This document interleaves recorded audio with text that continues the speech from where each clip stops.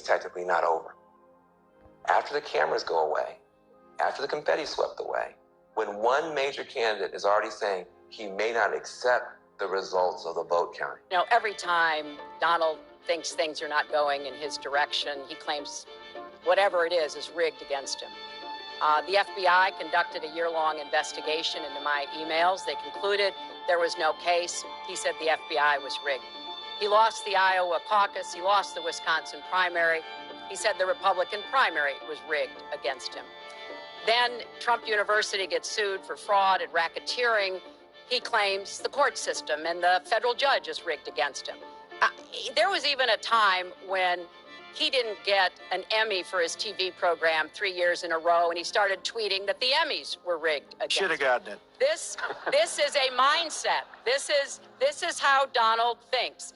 And it's funny, but it's also really troubling. I think this will end up in the Supreme Court, and I think it's very important that we have 9 justices, and I think the system is going to go very quickly.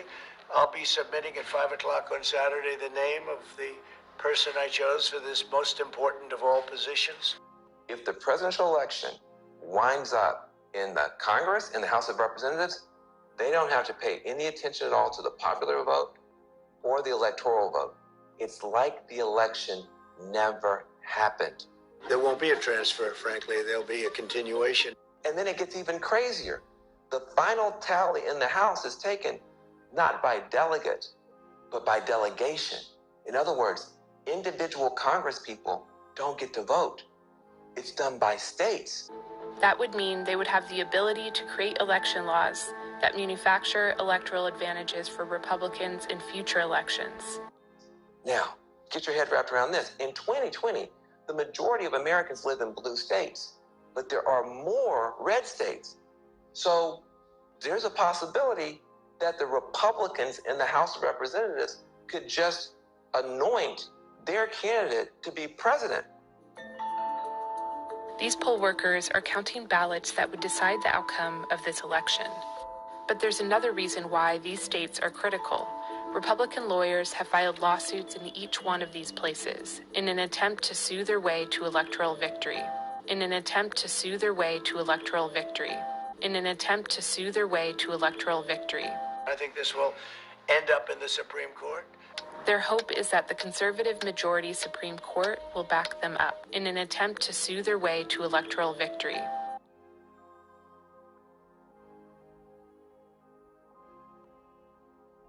No, that is not the way our democracy works. We've been around for 240 years. We've had free and fair elections. We've accepted the outcomes when we may not have liked them. And that is what must be expected of anyone standing on a debate stage during a general election.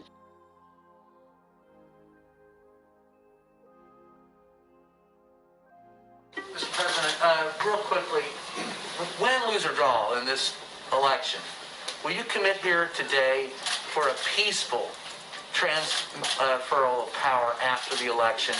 And there has been rioting in Louisville, there's been rioting in many cities across this country, red and your so-called red and blue states. Will you commit to making sure that there is a peaceful transfer of power after the election? Well, we're going to have to see what happens. You know that I've been complaining very strongly about the ballots, and the ballots are a disaster. I understand that, but people are rioting. Do you commit to making sure that there's a peaceful transfer of power? We want to get rid of the ballots, and you'll have a very peaceful. There won't be a transfer, frankly. There'll be a continuation. There won't be a transfer, frankly. There'll be a continuation. There won't be a transfer, frankly. There'll be a continuation. Which means the state legislature alone could drastically impact voting rights. In states with Republican-led state legislatures, which are a majority of them, that would mean they would have the ability to create election laws that manufacture electoral advantages for Republicans in future elections. It's like the election never happened. There won't be a transfer, frankly. There'll be a continuation. There won't be a transfer, frankly. There'll be a continuation. Frankly, there'll be a continuation. That could happen. Now, some people would call that outcome a perfectly legal, perfectly constitutional coup against the very idea of majority rule in the United States. That is possible under our Constitution, and it could happen this year.